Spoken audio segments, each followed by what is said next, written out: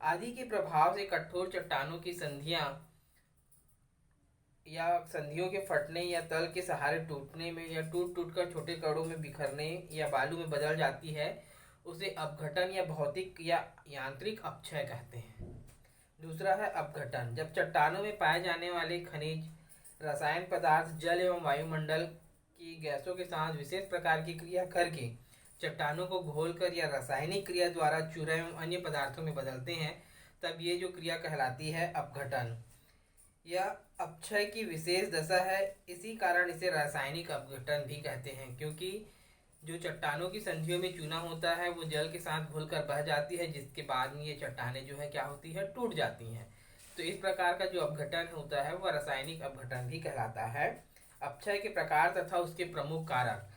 तो भौतिक अथवा यांत्रिक अपक्षय प्रक्रियाएं हम दो प्रकार के देखेंगे, भौतिक और रासायनिक। तो भौतिक के अंतर्गत पहला है सूर्यताप। उष्ण मरुस्थलीय प्रदेशों में तापमान की अधिकता होती है। आप लोगों ने पहले भी साइंस में पढ़ा हुआ है कि जब कभी किसी भी पदार्थ को गर्म किया जाता है तो उसमें फैलाव होता है, और जब वो ठंडी होती है तो वो उसमें संकुचन होता है ना।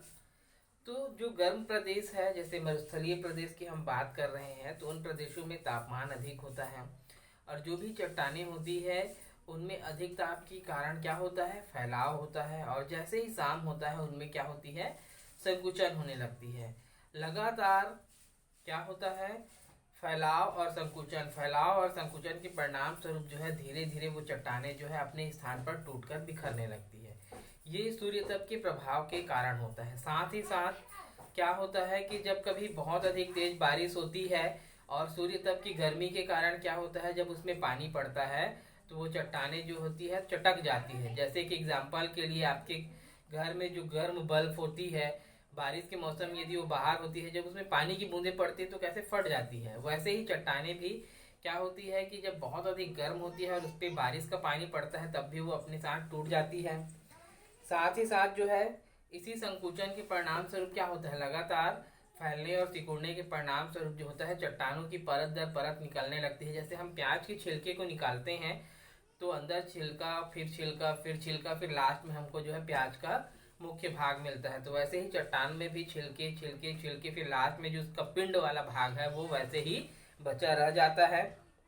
इसे अपपत्रण या परत का उखड़ना कहते हैं।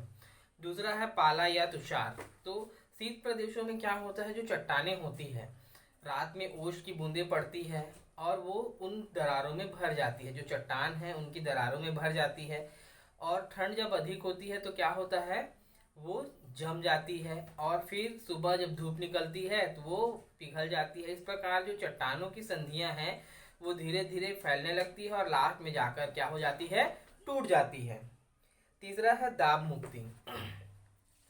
तो किसी चट्टान के जो धरातली चट्टान है उसके ऊपर कोई भारी चट्टान होती है या उसका दबाव होता है, जब अपर्दन की क्रियाओं के परिणाम स्वरूप ऊपर की भारी चट्टानें जो है अपर्दित होकर हट जाती है, तो क्या होता है कि जो नीचे की चट्टान है वो दबाव से मुक्त हो जाती है और धीरे धीरे जो है उसका भी अपर्दन और बाद में सूर्य की गर्मी, संकुचन और जो भी अपक्षय की क्रियाएं हैं उसके परिणाम स्वरूप जो है उसकी भी टूट फूट की प्रक्रिया प्रारंभ हो जाती है। दबाव, संकुचन, जिसके परिणाम स्वरूप जो है ये विदीर्ण होकर टूट जाती है। पवन। तीव्र वायु मिट्टी व धूल के छोटे कणों को अपने साथ उड़ा ले जाती है, जिससे अपर्दन होती है। तीव्र वायु में विलयमान बालू के नुकीले कण चट्टानों से टकरा कर जो है उसे घिसते, छिलते, रगड़ते रहते हैं, जिससे धीरे धीरे जो है वो टूट जाती है। इस प्रकार की क्रिया जो है समुद्र के किनारे पर जो है अधिक होती है। पांचवा है वर्षा का जल।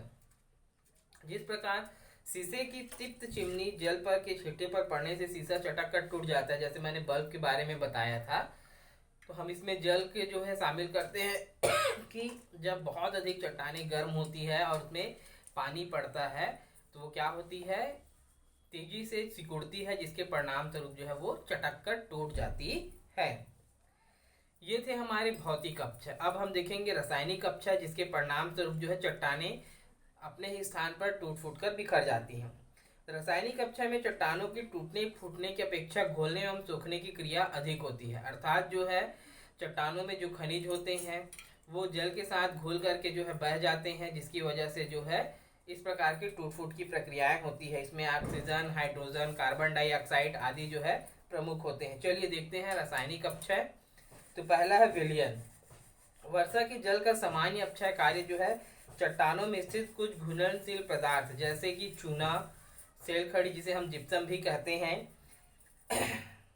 को घोलकर मिला लेता है। जब बारिश का जल जो है इन चट्टानों से गुजरता है तो इनमें जो चूने के पदार्थ होते हैं या चूना का जो तत्व होता है, साथ ही जो जिप्सम होता है, उसे अपने साथ घोलकर ये बहाकर ले जाता है, जिससे जो है क्या होता है, धीरे धीरे वो चट्टानें जो है टूट जाती है।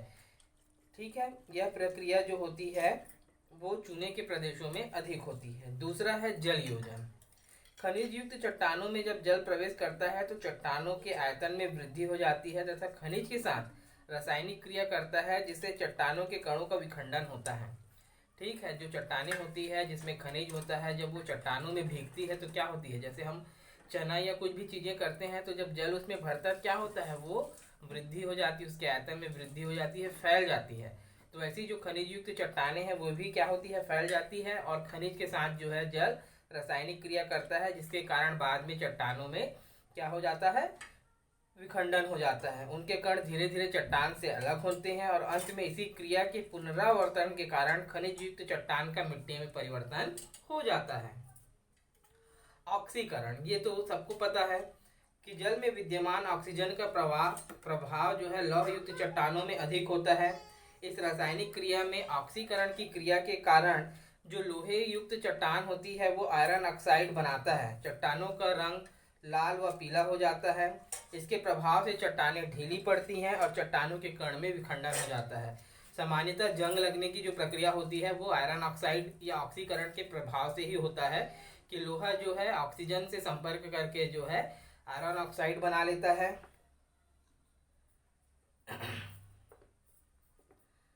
जो है लोहे में जंग लगना जो है इसका अच्छा उदाहरण है। लगातार जो है लोहे में जंग लगता है और धीरे धीरे वो लोहे का जो खनिज है वो धीरे धीरे सड़ने लगता है और लास्ट में जो है चूरे में बदल जाता है। कार्बनीकरण, जल में वायुमंडल में कार्बन डाइऑक्साइड की कुछ मात्रा घुली हुई होती है। इस जल के साथ चूना युक्त चट्टान की रासायनिक क्रिया अधिक होती है। ठीक है, क्या होता है कि जल में वायुमंडल की कार्बन डाइऑक्साइड जो है कुछ मात्रा में पहले से घुली हुई होती है। इस जल के साथ चूना के चट्टानों की रासायनिक क्रिया जो है अधिक होती है, क्योंकि कार्बन डाइऑक्साइड में चूना जो है सरलता से घुल जाता है और पानी के साथ बह जाता है। यूगोस्लाविया के चूने के क्षेत्र में इसी क्रिया द्वारा चूने की गुफाओं का निर्माण हुआ है।